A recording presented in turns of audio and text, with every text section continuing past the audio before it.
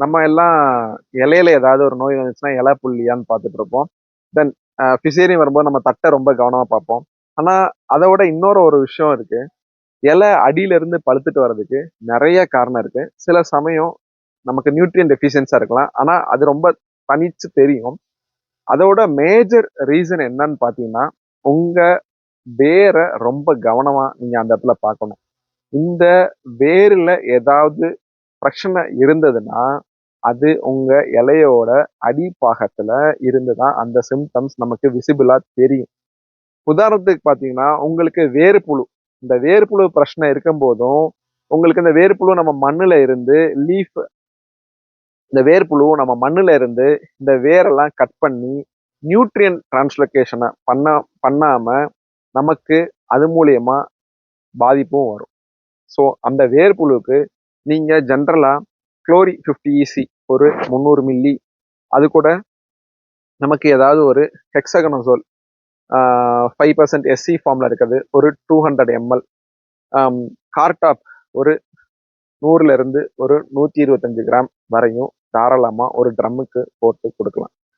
அப்படி குளோரி இல்லாத சமயத்துல நமக்கு சைப்பர் 10 EC சைஃபர், அது வந்து ஒரு 100 மில்லி ஒரு ட்ரம்முக்கும், இந்த நான் சொன்ன மாதிரி கார்டாப்பு 125 கிராம் பிளஸ் வந்து நமக்கு ஒரு ஹெக்ஸகனோசோல் ஒரு 200 ml. ஏன் திருப்பி நம்ம ஹெக்ஸகனோசோல் கொடுக்குறோம்னா, இந்த வேர்ப்புழு கட்டாகி வச்சிருக்கனால அதுல சில இன்ஃபெக்ஷன் ஏறி ரூட் ராட்டு இந்த மாதிரி விஷயமும் நமக்கு வரதுக்கான சான்சஸ் நிறைய இருக்கு. ஸோ அந்த சமயத்துல நமக்கு இந்த மாதிரியும் நம்ம ஹெக்ஸகனோசோல் ரொம்ப ஒரு நல்ல ஒரு அஃபோர்டபுள் காஸ்ட் உள்ள சிஸ்டமிக் ஃபங்கிசைடு இதுவும் சேர்த்து வச்சு தாராளமா கொடுக்கலாம். இது மட்டும் இல்லாம நமக்கு நெமட்டோடு சிம்டம், நூற்புழுவோட சிம்டம்ஸ் ஏதாவது இருக்கானோ நம்ம இந்த இடத்துல பார்க்கணும். அப்படி நூற்புழுவோட சிம்டம்ஸ் இருந்ததுன்னா இந்த இடத்துல ஒரு ரெக்கமெண்டேஷன்ஸ் ஒன்று சொல்லலாம். இது வந்து ரொம்ப டிபிக்கல். என்னன்னா நம்ம மட்டும் இதை செஞ்சு நிறைய ரிசல்ட் கொடுத்துட்டு இருக்கோம். அதாவது நமக்கு ஜென்ரலா நமக்கு ஃப்ளூ பைரம், வேலம் பிரைம் மாதிரி நமக்கு ஒரு ட்ரம்முக்கு 100 மில்லி வச்சு போகும்போது நமக்கு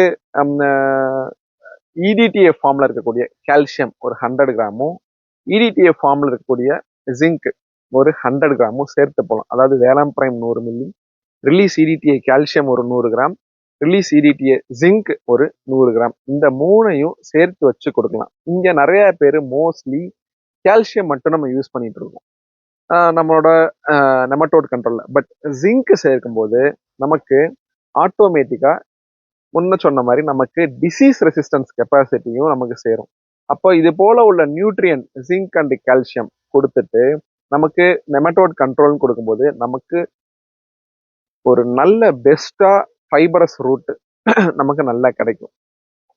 இது மட்டும் இல்லாம நமக்கு இத பயாலஜிக்கல் சொல்யூஷன்ஸ்லயும் நான் முன்ன சொன்ன மாதிரி இந்த ப்ரொபஸ், ட்ரைகோடெர்மா இதெல்லாமும் சேர்த்து நம்ம நெக்ஸ்ட் இது கொடுத்ததுக்கு அப்புறம் சேர்த்து கொடுக்கலாம் தாராளமா.